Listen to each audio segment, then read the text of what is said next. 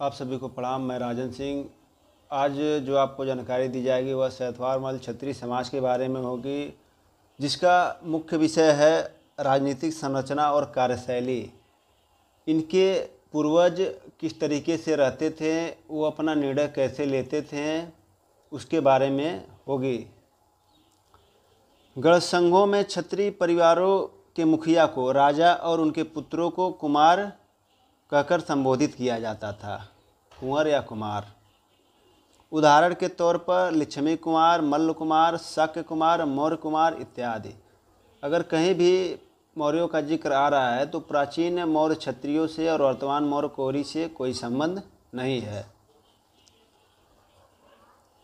समाज के राजनीतिक संबंधित सभी तरह के निर्णय आपसी विचार विमर्श और समझौते के बाद एक ही कुल के सदस्य करते थे।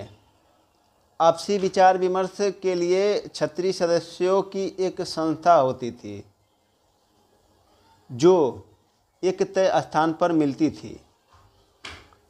इनको कोई भी निर्णय लेना होता था, कोई भी फैसला लेना होता था, चाहे वो राज्य से संबंधित हो, किसी चीज़ से संबंधित, तो वो दिए गए समय अनुसार, निर्देश अनुसार एक ही स्थान पर इनके पूर्वज मिलते थे।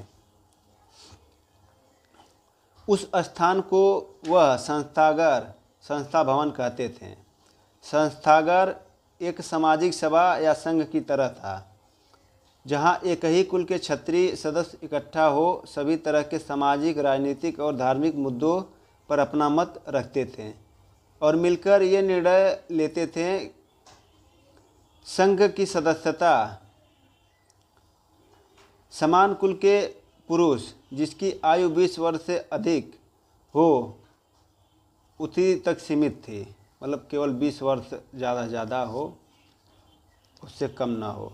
निर्धारित आयु हो जाने पर सभी कुमारों का राज्य अभिषेक कराकर संघ का सदस्य बनाया जाता था। इस तरह के भव्य अभिषेक एक पवित्र तालाब, जिसे पोखरा भी कहते हैं, के किनारे क्षत्रिय परिवारों की उपस्थिति में किए जाते थे। लिच्छवी क्षत्रिय अपना अभिषेक वैशाली में करते थे। अभिषेक के लिए पवित्र तालाब से पानी लेने का उल्लेख कुछ इस तरह से है, आपको बताते हैं। वैशाली नगरे गढ़ राज्य कुल नाम अभिषेका मंगला पोखरानी। कुशीनारा के मल्ल अपना अभिषेक कुशीनगर में एक पवित्र तालाब के किनारे करते थे। इस जगह को मुकुट बंधन और माथा कुंवर के नाम से जाना जाता है। वह तालाब अभी भी है। माथा कुंवर का अर्थ होता था कुमार का माथा या मस्तक, और मुकुट बंधन का अर्थ होता था मुकुट बांधना। संघ में सुचारू रूप से कार्य होने के लिए पद निश्चित किए गए थे। संघ राजा के अलावा संघ में अन्य महत्वपूर्ण पद वर्ग, गृहज्ञ, पक्ष, गढ़, तिथ या संघ, तिथ, गढ़, पूरक, आसन पत्रापक, सलाहग्राहक और संघ मुख्य थे, जिसके अलग अलग कार्यभार होते थे। गढ़ संघ राजा सहित सभी महत्वपूर्ण पदों के लिए संघ अपने वार्षिक सम्मेलन में चुनाव कराया जाता था।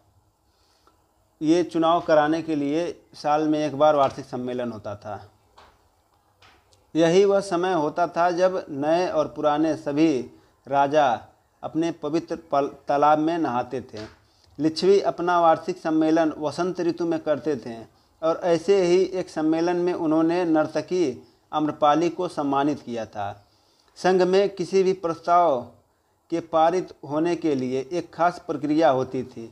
बौद्ध ग्रंथों के अनुसार संघ विदेश से संबंधित मामलों, विदेशी राजदूतों और राजकुमारों के स्वागत और युद्ध शांति के मामलों को भी नियंत्रण करता था।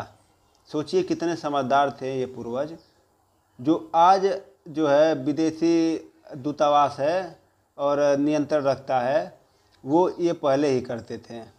बौद्ध ग्रंथों के अनुसार लिच्छवी संघ ने विदेश संघ के साथ मिलकर एक महासंघ बनाया, जिसे वज्र संघ कहा गया। लिच्छवी और मल्ल संघों ने भी आपस में मिलकर एक महासंघ बनाया, जिसमें कुल 18 सदस्य, 9 लिच्छवी और 9 मल्ल थे। लिच्छवी मल्ल क्षत्रियों से काफ़ी शक्तिशाली थे, तब भी महासंघ में दोनों के समान अधिकार होते थे।